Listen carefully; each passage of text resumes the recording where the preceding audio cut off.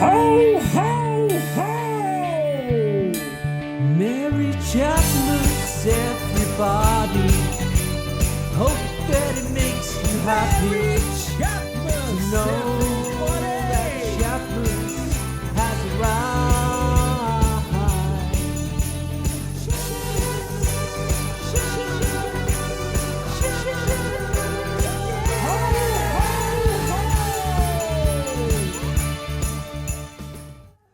Hello, people. Here we are, December 22. Can you believe it? I can't believe it. I've been doing this for like 4 years. Don't know. No, next year's the 4th year, so it's 3 years. This is episode 36.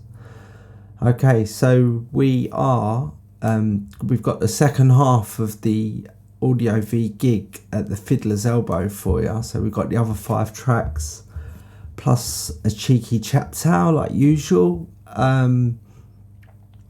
Yeah, so what do we want to say? Yeah, so I mean you've heard who's in the band, you know what we're doing it for. This gig at the Fiddlers was a gig that I got through Mr. Dean Mumford, my pal, who also plays in a band called The Rifles and his own band Regency. And this is who we're supporting on this night, Regency. It was quite a good night actually, yeah. I mean, like we hit the stage first out of 3 bands, and I mean there was a fair few people in there, nice few people. Like obviously by the time Dean hit the stage, the place was heaving, you know what I mean? But yeah, so you've heard 5 of the tracks. I've got the other 5 for this episode, and a cheeky chap tale involving my pal Mr. Adam Asbo. Alright, well let's get on with it. So let's go to Little Green Street, live at the Fiddlers, February 2020, February 7th 2020.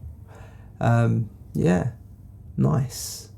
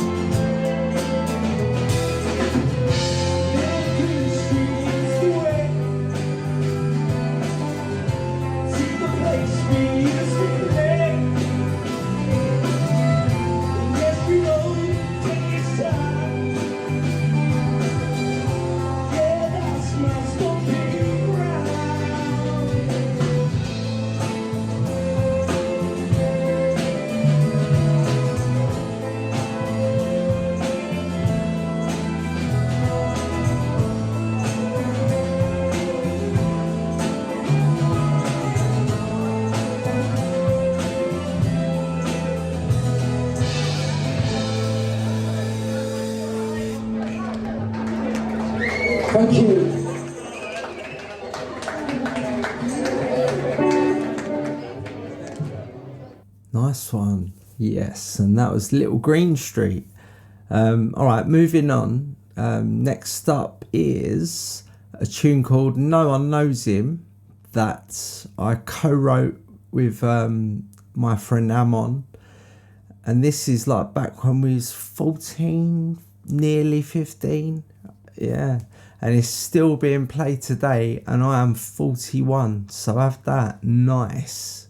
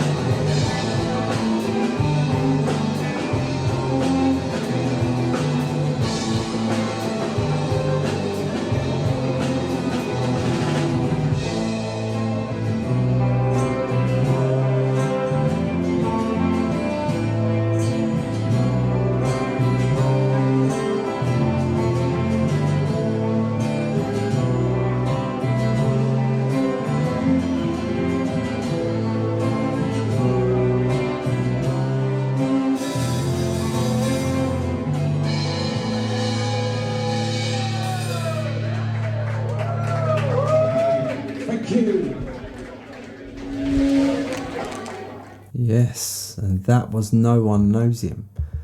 Yeah, I absolutely love that song. It's like probably in the first 5 songs that I ever wrote in my life, you know what I mean?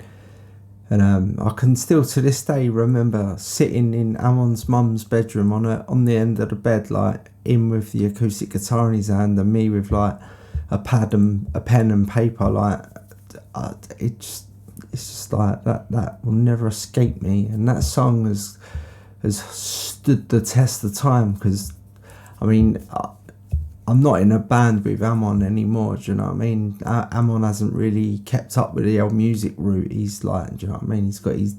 Everybody's got different lives, and do you know what I mean? They all do different stuff now, you know what I mean? But back in the day, like when, well, I have to say it, we wanted to be the next Oasis, you know what I mean? The next London Oasis, you know what I mean? But yeah, I remember when we wrote that song, like we just like couldn't wait for the next rehearsal when we could show like Josh and May and Jamie and Dave Grunberg, like, and we could just like, do you know what I mean? Amazing. Okay, so next up is the song that I wrote for Barney. Yeah, more for than about. Yeah, for, I'd say.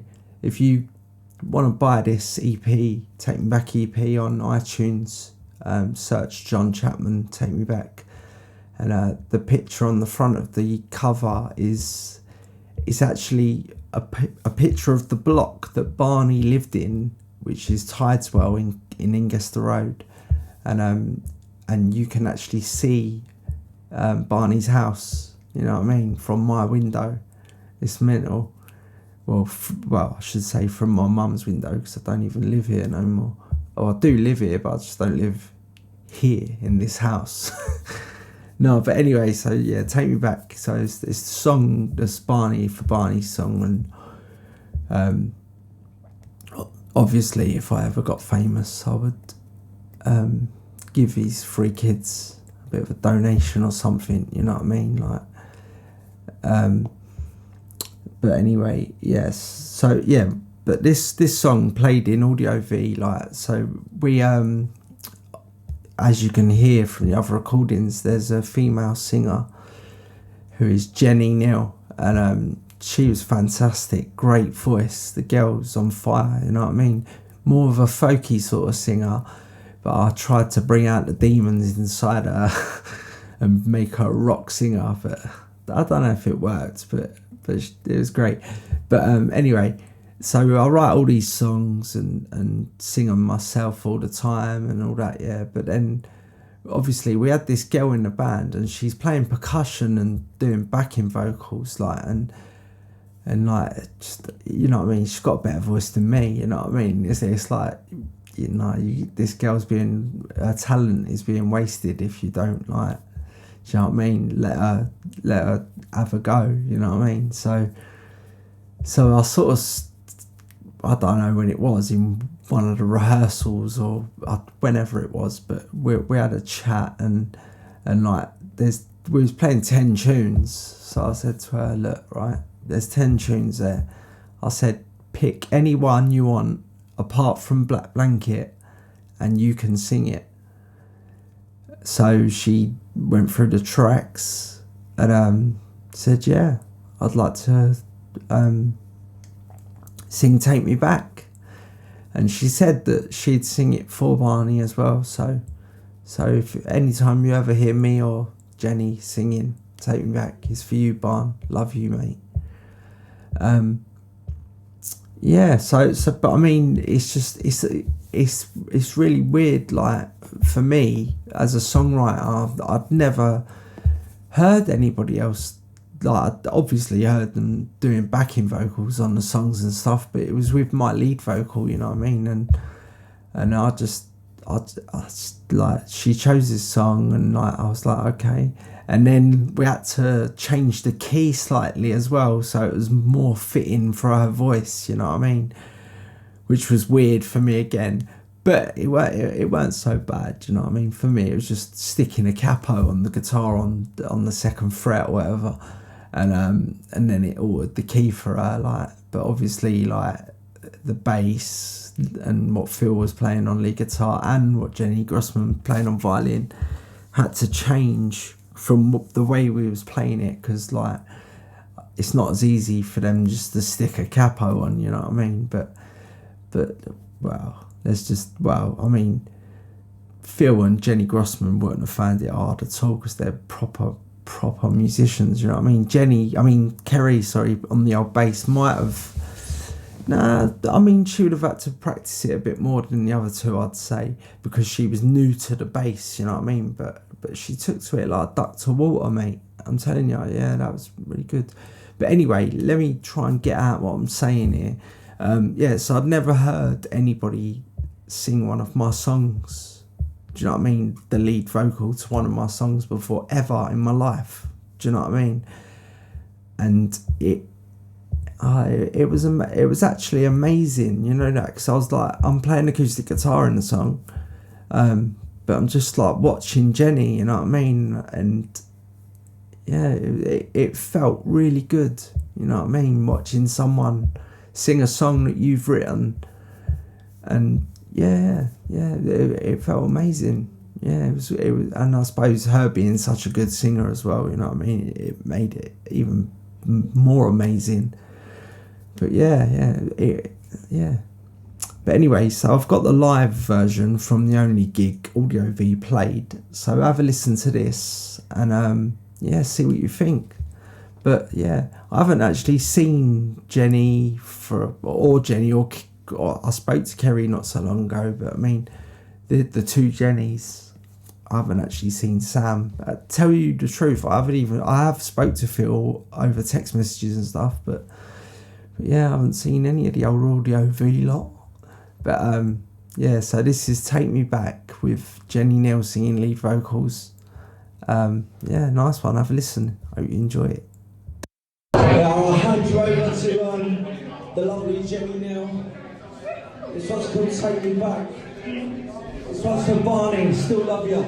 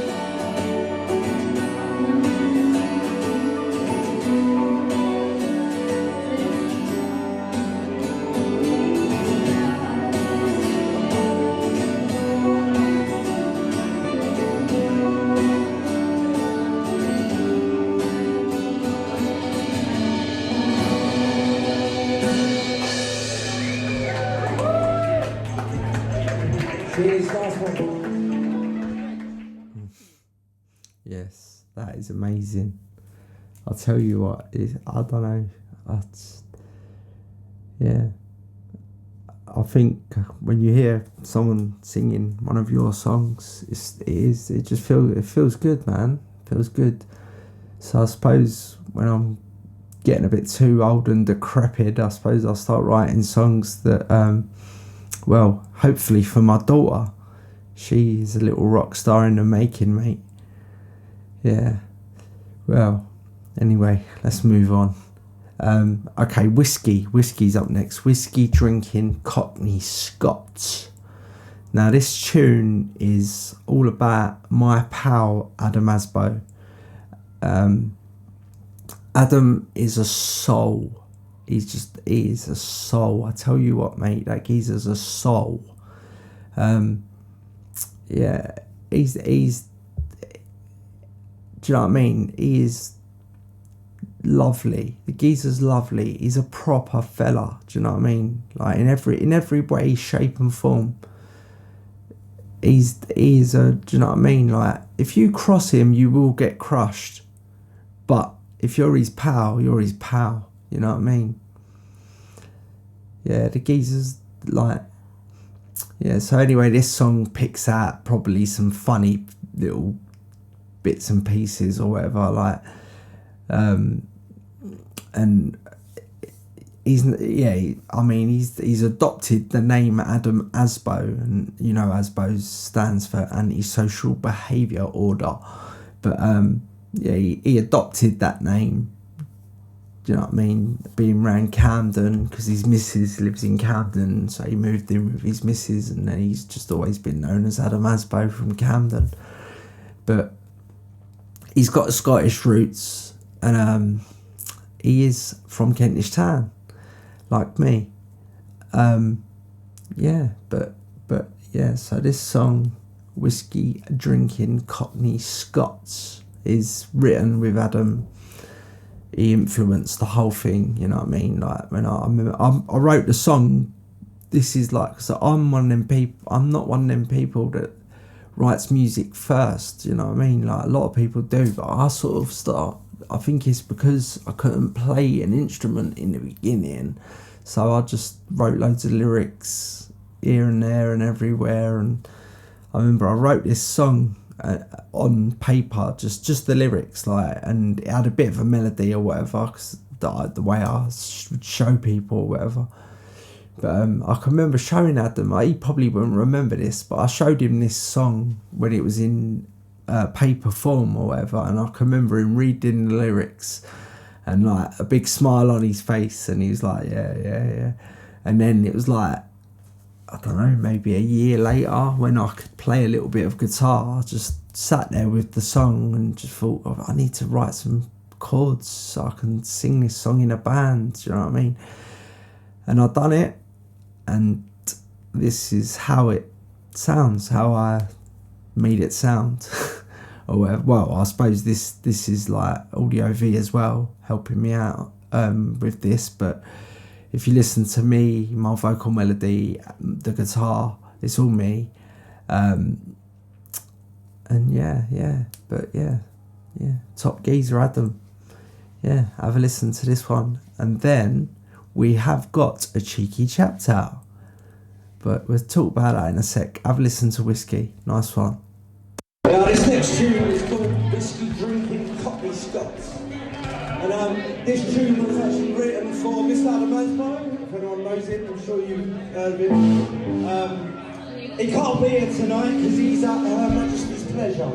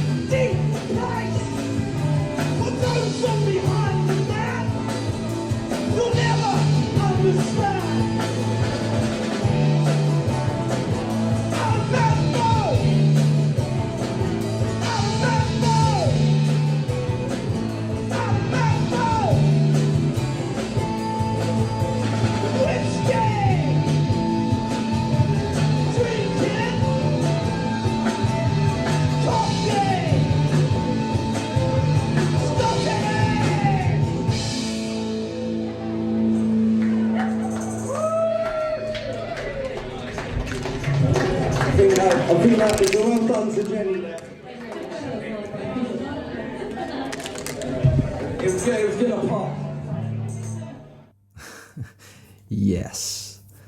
Yeah. Top little tune. Okay. So we have now got a chap tale for you beautiful people. And guess what? It's all about Adam's Bowl. This was our friend Jamie, who was the bass player in the original band I was in, The Voice. He had a caravan down Waterton-on-Naze on the Essex coast near Clacton, and we used to lap it up all the time, every weekend. Finish work, come out of work to my car in the UPS car park. Adam would be standing next to my car, say, "Sweet brother." We'd get in and we'd drive straight down to Clacton to Waterton-on-Naze, and we used to have a right laugh. It was top. But anyway, loads and loads and loads and loads and loads and loads of funny stuff happened down there. And yes, this is a chap tale about one of those funny times. So I hope you all enjoy, and I will speak to you in a minute. Nice one.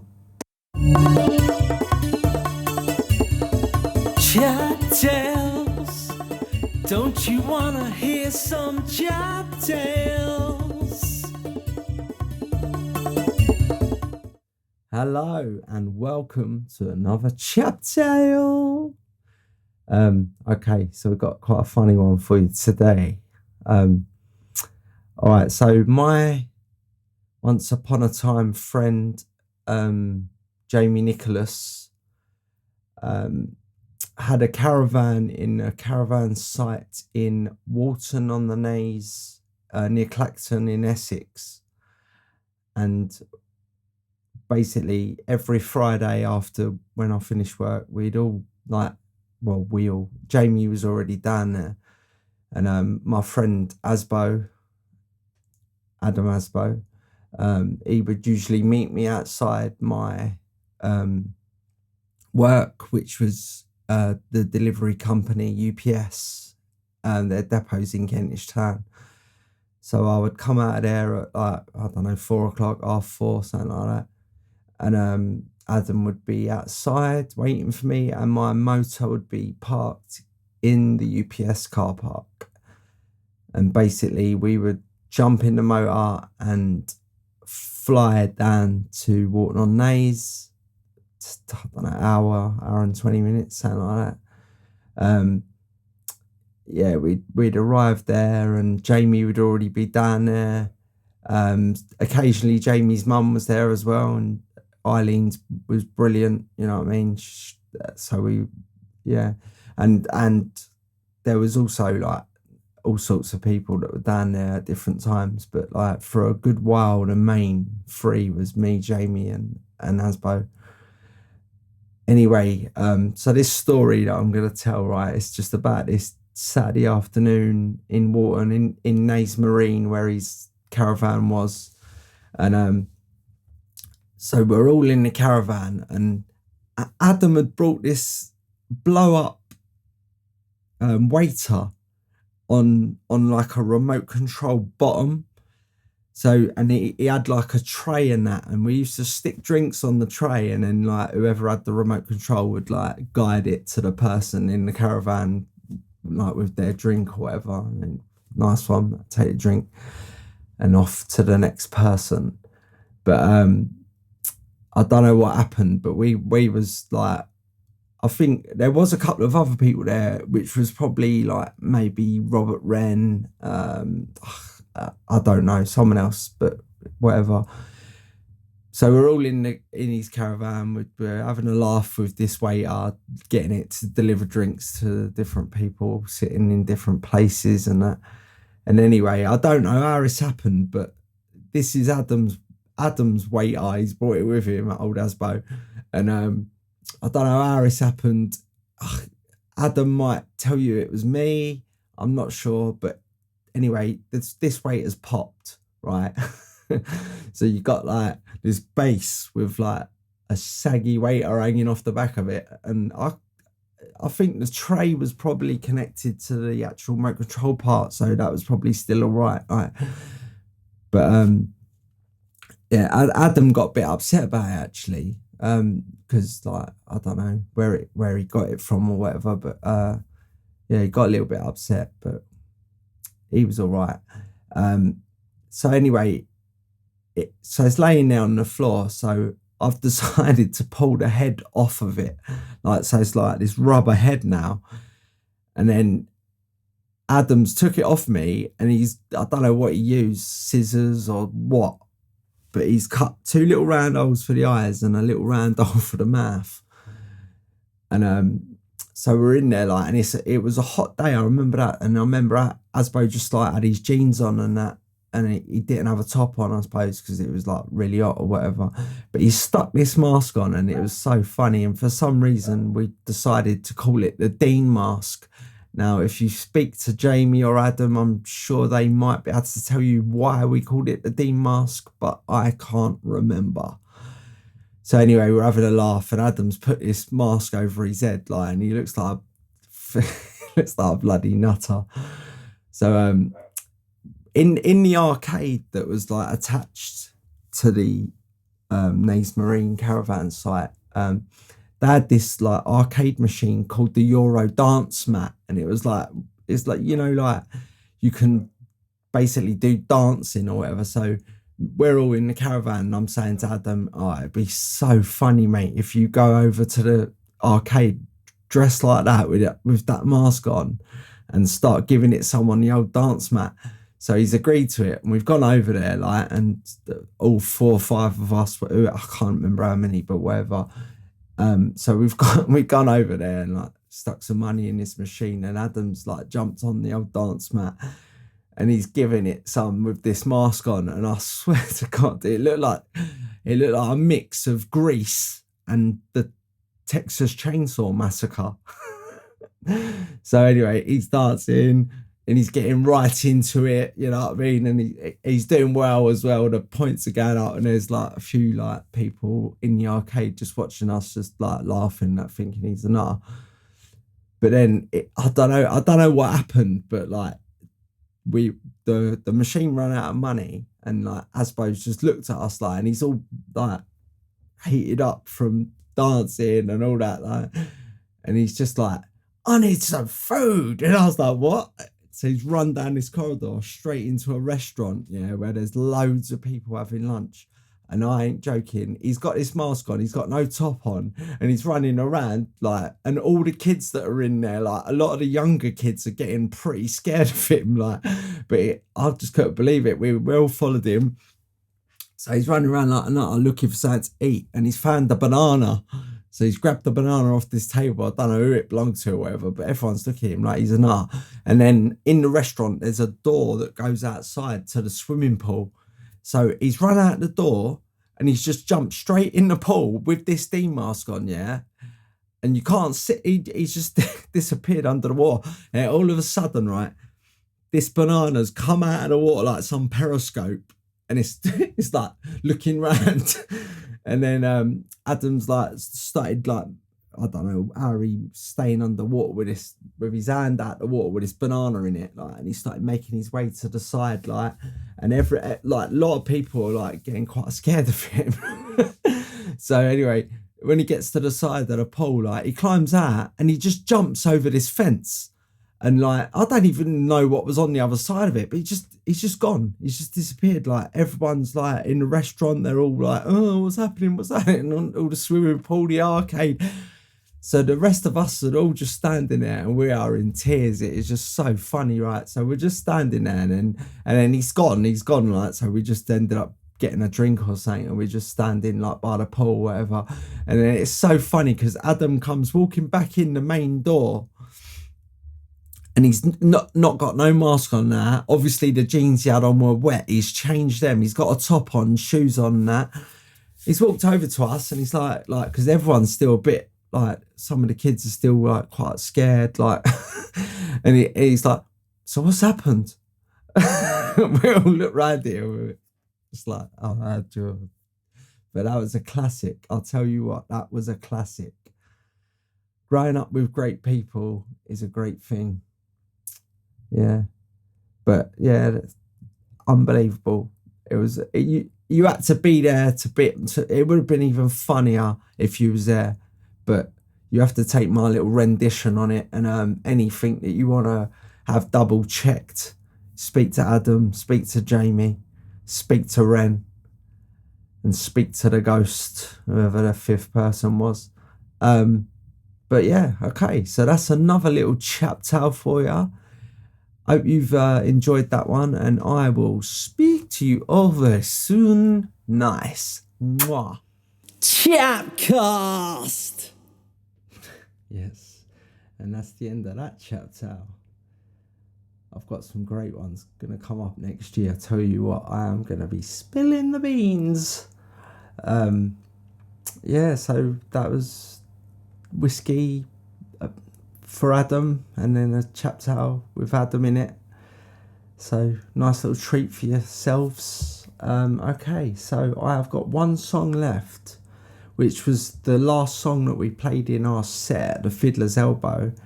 And yes, after this, COVID sort of crushed Audio V and the EP didn't get finished. No more gigs got played. And to tell you the truth, I spoke to Phil, Sam and Kerry, and the two Jennies, they just disappeared out of my life. You never know, do you? But I've got my new project up and firing at the moment, you know what I mean? And the only person really that could have joined that was Phil. But yeah, so sweet. So I hope you have enjoyed this month's episode, and I hope you all have a great Christmas. Loads of munch, loads of great presents. You're all the greatest. And yes, let's hope that next year, 2023, it brings us loads of great music and my new project, The Kites. Let's hope that we, I don't know, just get on top of the world and we can all do this together. Yes. Alright, so I hope you've enjoyed. It is Live On, and then that is the end of this month's episode. Have a great Christmas. Love you all. And Lennon has to get in there, did he, just at the end? I'm not going to cut this. Yeah, right, let's have a listen to the young rock and roll Jack Russell. Alright. I think I better go downstairs. I think he's killing the postman. Alright, sweet. Thanks for listening. Speak to you next month. This is Live On. Nice. Shit, man. That set flew through. We're up to our last track. Yeah. I'd just like to dedicate this tune to Mr. Dean Mumford. He's a good pal of mine. And it was funny because when this went on sale, it sold out in like a day and a half. So we didn't actually get to invite many people that was meant to come because of the charity thing and all that. But Mr. Dean Mumford has made a donation out of his own pocket to the charities, and I'd just like to say I love you, Dean, mate. Nice one.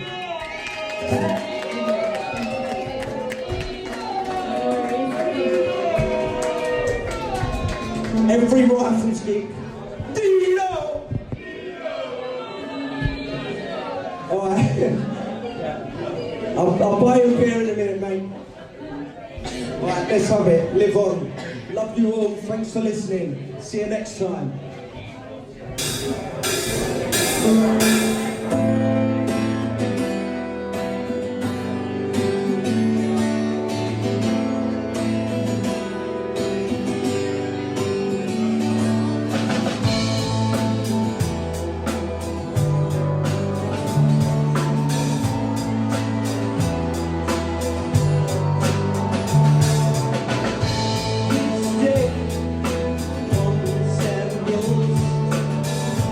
Watching you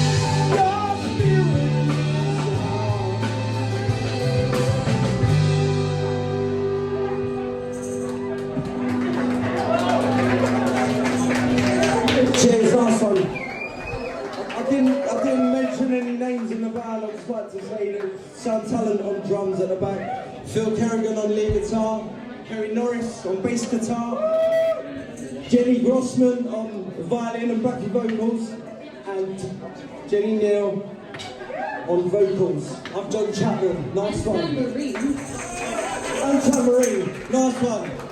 Now let's have a fucking great night. CHAPPY!